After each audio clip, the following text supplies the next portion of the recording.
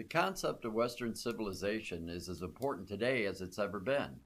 I believe as historians, we have an obligation to teach our students on the exceptional ideas, values, art, culture, freedoms, which are hallmarks of Western civilization, and how important they are even to this day.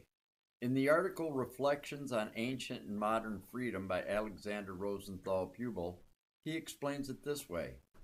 Western civilization is unique among world cultures in the special significance and value it accords to the idea of freedom. Already a central value in Greco-Roman and Christian thought, modern liberalism has exalted freedom as a central human and political value. The effort to secure individual liberty in the religious, political, cultural, and economic spheres lies at the heart of the whole modern project. The great thinkers of the Enlightenment were all crucial in the development of Western civilization, and the most important of these ideas is freedom, freedoms which we enjoy today. Thinkers like John Locke, David Hume, Immanuel Kant, Rousseau, Edmund Burke, Thomas Paine, and many more conceptualize a civilization of freedom and self-determination. Many of these freedoms did not come through ideas alone.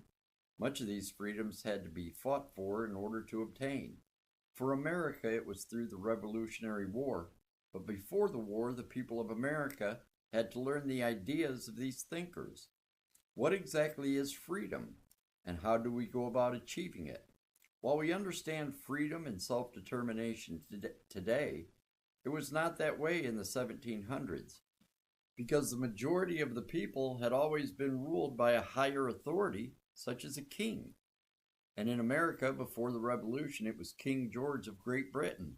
So these freedoms were a new concept brought on by these great thinkers. In 1776, Thomas Paine wrote Common Sense, a small pamphlet explaining these freedoms and how Americans need to go about making them a reality. Paine says in Common Sense, "The sun never shined on a cause of greater worth. 'Tis not the affair of a city, a county, a province, or a kingdom, but of a continent, of at least 1/8 part of the habitable globe. 'Tis not the concern of a day, a year, or an age. Posterity are virtually involved in the contest, and will be more or less affected even to the end of time, by the proceedings now. Now is the seed time of continental union, faith, and honor. The least fracture now will be like a name engraved with the point of a pen on the tender rind of a young oak. The wound would enlarge with the tree, and posterity read it in full-grown characters." Thomas Paine explains in Common Sense that 1776 was the proper time to remove British rule from the American continent and secure freedom and self-determination for the American people. Many of these great thinkers realized that once these freedoms are acquired, they aren't once and for all, but must be appropriated by each generation, or they will fade and eventually be lost. And that is why the concept of Western civilization is as important today as it's ever been.